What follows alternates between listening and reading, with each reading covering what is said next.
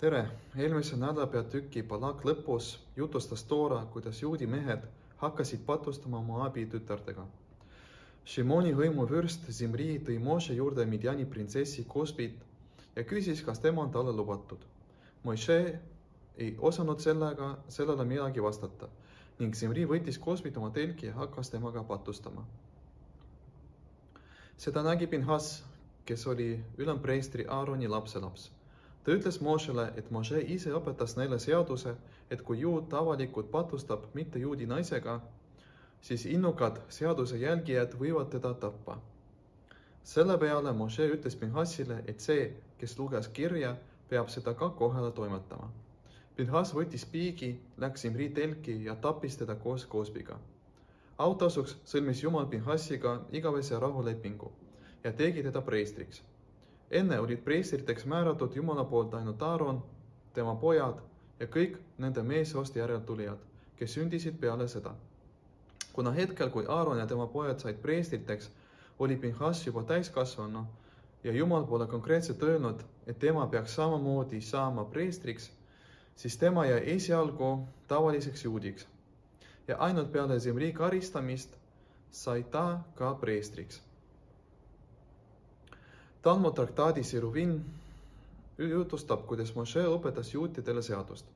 Kõigepealt õpetas ta seadust Aaronile, peale seda Aaroni poigadele, Elazarile ja Itamarile. Siis õpetas ta seadus 70 targale. Lõpus õpetas ta seadus kogu rahvale. Tulemusena kuulis Aaron sama seadust 4 korda, Aaroni pojad 3, juudi targad 2 ja kogu rahvas 1 korra.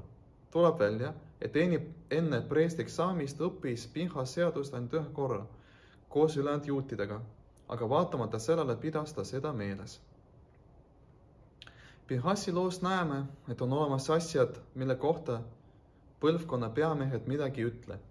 See ei tähenda, et siis ei pea midagi tegema ja võib otsida viise, kuidas asjast lahti saada. Kui inimene näeb, et midagi on valesti, peab ta ise seda korda tegema. Ja kui peamehed vaikivad, siis see annab võimaluse, et keegi nagu Pinhas võib saada preestriks. Pinhasi lugu õpetab meid, et igal inimesel on oma vastutusala nii materiaalsetes kui ka vaimsetes aspektides, millega tema isiklikult peab tegelema.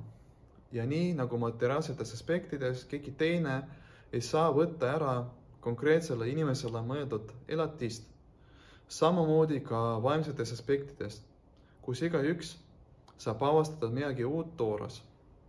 Selle kohta jutustab Talmud traktaadis Menahot, et Rabbi Akiva õpetas sellist seadust, mille kohta isegi ei teadnud Moše.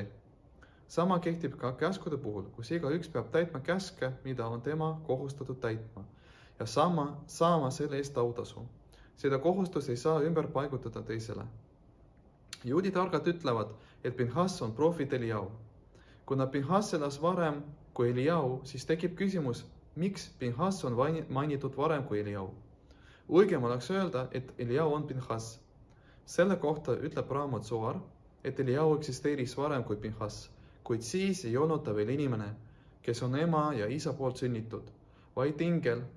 Sellepärast öeldakse, et Pinhas on Eliau.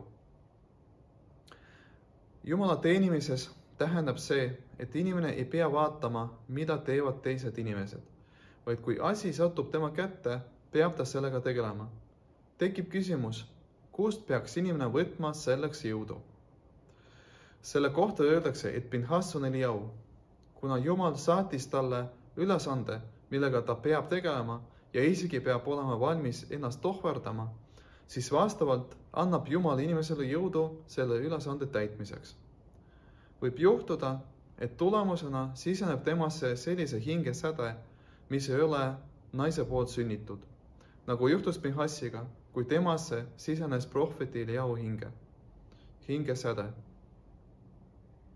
Õppetund meile on see, et kui me näeme asja, mida tuleb parandada, siis me peame ise tegelema selle parandamisega, kuna see on meie jagu ja me saame Jumalalt selleks ka vastavad jõud. Vajadusel isegi olles valmis ennast tohverdama.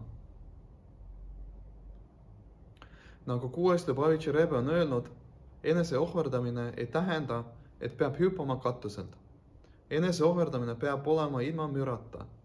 Enese ohverdamine peab olema kõikides igapäevastes tegevustes ja isegi toora õppimises, kus inimene ei pea tooma toorat endale lähemale, vaid peab tooma ennast toorale lähemale. Ehk inimene peab väljuma oma mugavast tsoonist ja tegema seda, mida Jumal temalt ootab. Kui inimene on valmis ennast ohverdama, nagu seda tegi Pinhas, siis Pinhas saab Eliauks, kes kuulutab välja tulevase vabastuse. See tähendab, et kogu töö, mida inimene täna teeb, on ettevalmistus Mashiachi tulekuks, kuna kogu meie praeguse Jumala teenimise eesmärk on teha sellest materiaalsest maailmast tempel Jumala jaoks. Shabbat shalom ja meeldivat toora õppimist!